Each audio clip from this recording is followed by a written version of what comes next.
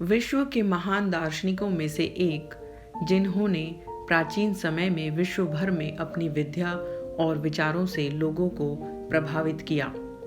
आज हम बात करने वाले हैं यूनान के प्रसिद्ध दार्शनिक प्लेटो के बारे में, जो प्रसिद्ध फिलोसोफर सुकरात के शिष्य थे और अरस्तु यानी एरिस्टोटल के गुरु भी थे। ये वही अरस्तु है जिनका शिष्य सिकंदर महान था। यानी ये सभी एक दूसरे से जुड़े हुए हैं। देखते हैं कैसे। सर्वप्रथम सुकरात, जिनका शिष्य था प्लेटो, और प्लेटो का शिष्य था अरस्तु, और अरस्तु का शिष्य था सिकंदर यानी अलेक्जेंडर द ग्रेट।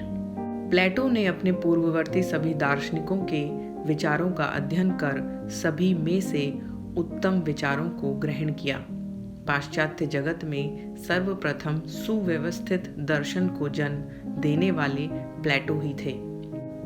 प्लेटो का जन्म एथेंस के समीप एंजिना नामक एक द्वीप में हुआ था। प्लेटो के जन्म समय को लेकर इतिहासकारों में मतभेद है। कुछ विद्वान 428 ईसा पूर्व को, तो कुछ 424 और 423 ईसा पूर्व के बीच के समय को प्लेटो का जन्म समय मानते हैं। प्लेटो के पिता का नाम एरिस्टर्न और माता का नाम पेरेटियानी था। प्लेटो के बचपन में ही उनके पिता की मृत्यु हो गई।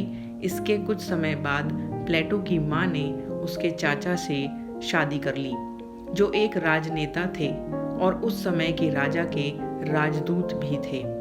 अतः सामाजिक प्रतिष्ठा होने के कारण प्लेटो ने अपने समय के मशहूर विद्वानों से अपनी शिक्षा प्राप्त की थी। प्लेटो ने विभिन्न विषयों जैसे दर्शन, शास्त्र, साहित्य में अलग अलग विद्वानों से शिक्षा प्राप्त की। प्लेटो के जीवन पर सबसे अधिक प्रभाव सुकरात का पड़ा। वे जल्दी ही सुकरात के शिष्य भी बन गए और सुकरात के अंतिम समय तक उनके साथ रहे। सुकरात के खुले विचारों के कारण उन पर युवा पीढ़ी को पथभ्रष्ट करने के आरोप भी लगे। आरोपों का सिलसिला इतना बढ़ गया कि सुकरात को कैद कर लिया गया और फिर मौत की सजा सुना दी गई। प्लेटो पर सुकरात की मृत्यु का गहरा असर हुआ और वे एथेंस छोड़कर चले गए, क्योंकि प्लेटो वहां नहीं रहना चाहते थे जहां उनके गुरु की मृत्यु हुई थी, और वे एथेंस के निकटवर्ती नगर मेगरा चले गए। वहां से देश विदेश की यात्रा पर निकल पड़े।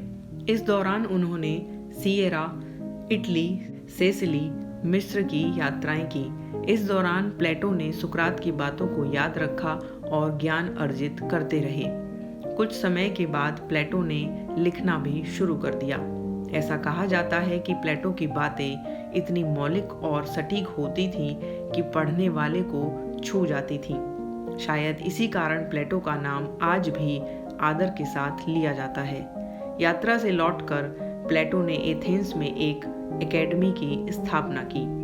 उस समय पश्चिम में उच्च शिक्षा प्राप्त करने के लिए यही एकमात्र संस्थान था जहां दुनिया के छात्र शिक्षा प्राप्त करने आते थे, जहां बुद्धिजीवी अलग अलग विषयों पर विचार विमर्श करते थे। यह धारणा बन गई कि उस एकेडमी से जो एक बार पढ़ लेता था उसका नाम विद्वानों में शामिल हो जाता था। इस दौरान यह एकेडमी काफी लोकप्रिय हो चुकी थी। इस एकेडमी में गणित, खगोल शास्त्र, भौतिक, राजनीति, कानून तथा दर्शन की शिक्षा दी जाती थी। प्लेटो अपने जीवन के 40 वर्ष यहीं रहे। प्लेटो की मुख्य रचनाओं में सुकरात से उनका संवाद है। सबसे पहले प्लेटो ने अपॉलोजी ऑफ सुकरात लिखी। सुकरात के विचारों का विश्लेषण इसमें किया गया है। इस रचना में सुकरात के बारे में अधिकतर जानकारी मिलती है। प्लेटो ने सामान्य दर्शन और नीतिशास्त्र पर भी लेख लिखे। प्लेटो ने अपने व्यक्तिगत विचारों और विश्वासों पर भी रचनाएं लिखीं। अपनी किताब स्पोंजियस में उन्होंने प्यार की प्रकृति के बारे में बताया है। प्लेटो की मशहूर किताब द रिपब्लिक में जनवादी शिक्षा को महत्व दिया गया है। प्लेटो ने अपनी शिक्षा प्रणाली में प्राथमिक, माध्यमिक और उच्च शिक्षा को महत्व दिया। नागरिकता के गुणों का विकास ही शिक्षा का उद्देश्य होना चाहिए। प्लेटो ने सद्गुण को ही सच्चा ज्ञान माना है। मनुष्य के जीवन में कला की महत्वपूर्ण भूमिका होती है।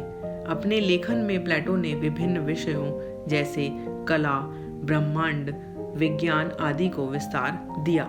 प्लेटो के अनुसार साम्यवाद तथा सुनियोजित शिक्षा प्रणाली के बिना राज्य विवेक शून्य हो जाता है। वह संगीत तथा व्यायाम शिक्षा के पक्ष में थे। वह शिक्षा में खेल को महत्व देते थे। एक महान दार्शनिक, शिक्षाविद, न्यायशास्त्री, कानून ज्ञाता प्लेटो अपने पीछे अरस्तु जैसे शिष्य को छोड़कर संसार से 81 वर्ष की आयु में 447 ईसा पूर्व में चले गए। प्लेटो ने जो कुछ भी कहा और लिखा वह आज भी सत्य है। यह तमाम बातें सिद्ध करती हैं कि वे उन कुछ लोगों में से एक हैं जिन्हें आज भी लोग सम्मान के साथ याद करते हैं। ये वीडियो आपको कैसी लगी प्लीज़ कमेंट करके ज़रूर बताइएगा, और नेक्स्ट वीडियो आप किस टॉपिक पर चाहते हैं ये भी ज़रूर बताइएगा।